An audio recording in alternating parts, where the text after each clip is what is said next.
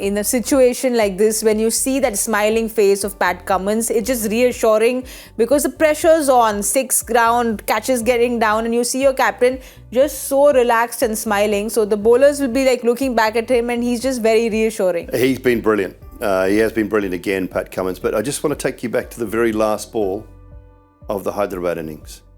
What happened?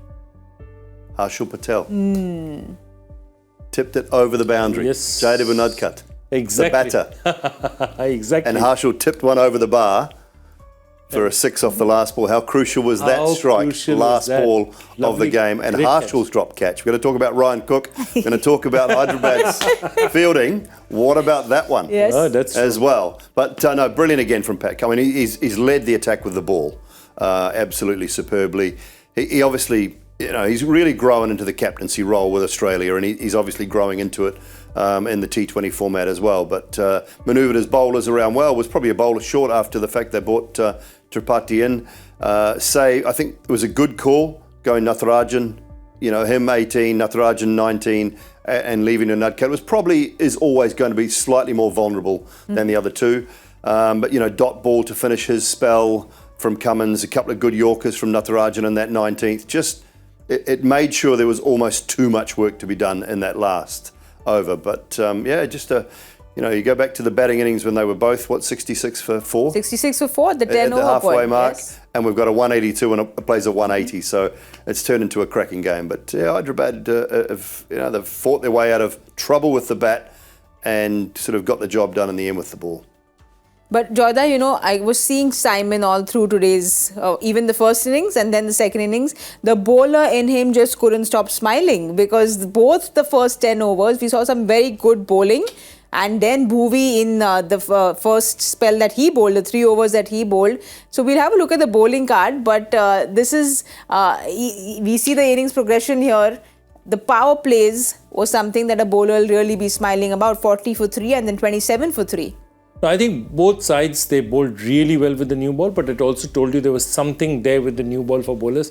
This is actually, in that sense, a great surface for a Punjab attack as well. Given the fact that Sam Curran and Harshal Patel like the ball to stop a bit, swing up front, ball stopping a bit in the middle would have been ideal for them. So it wasn't that bad a pitch to bowl from. But also if you look at the Hyderabad attack, they're also particularly suited for that because they have that classic swing bowler in Bhuvi.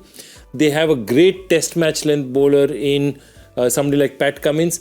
And then again, they also got contributions right at the end through that, You had Natarajan trying to bowl his Yorkers in. Nitish Reddy came and chipped in with a couple of very crucial overs. Why did he have to bowl?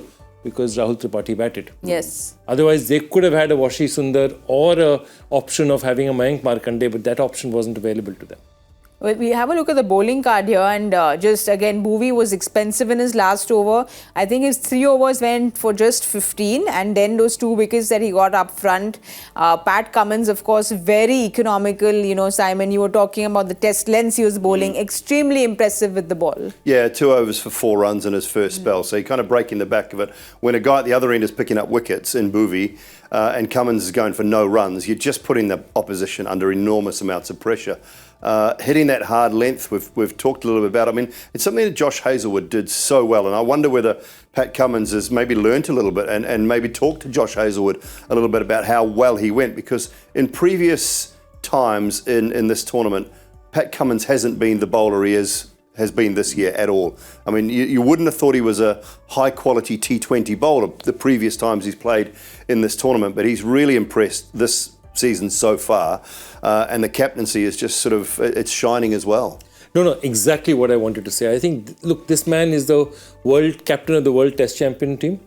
He's a captain of the ODI World Cup winning team. And I think for the last 2-3 years before this, he was playing T20 cricket as a something you did on the side. It's not the serious stuff. And I think this is with captaincy. He's taken captaincy upon himself. He said, okay, I want to get this format. And I think he's gone and said, I'll put my hand up for captaincy if it's there. And look at how he's changed it. So this is a guy who's convinced a lot of people, from that fracas with Justin Langer to where he's moved and the kind of respect that he's grown. It's just one more format that he has mastered. And I think you have to commend him for that, how systematically he's worked his way.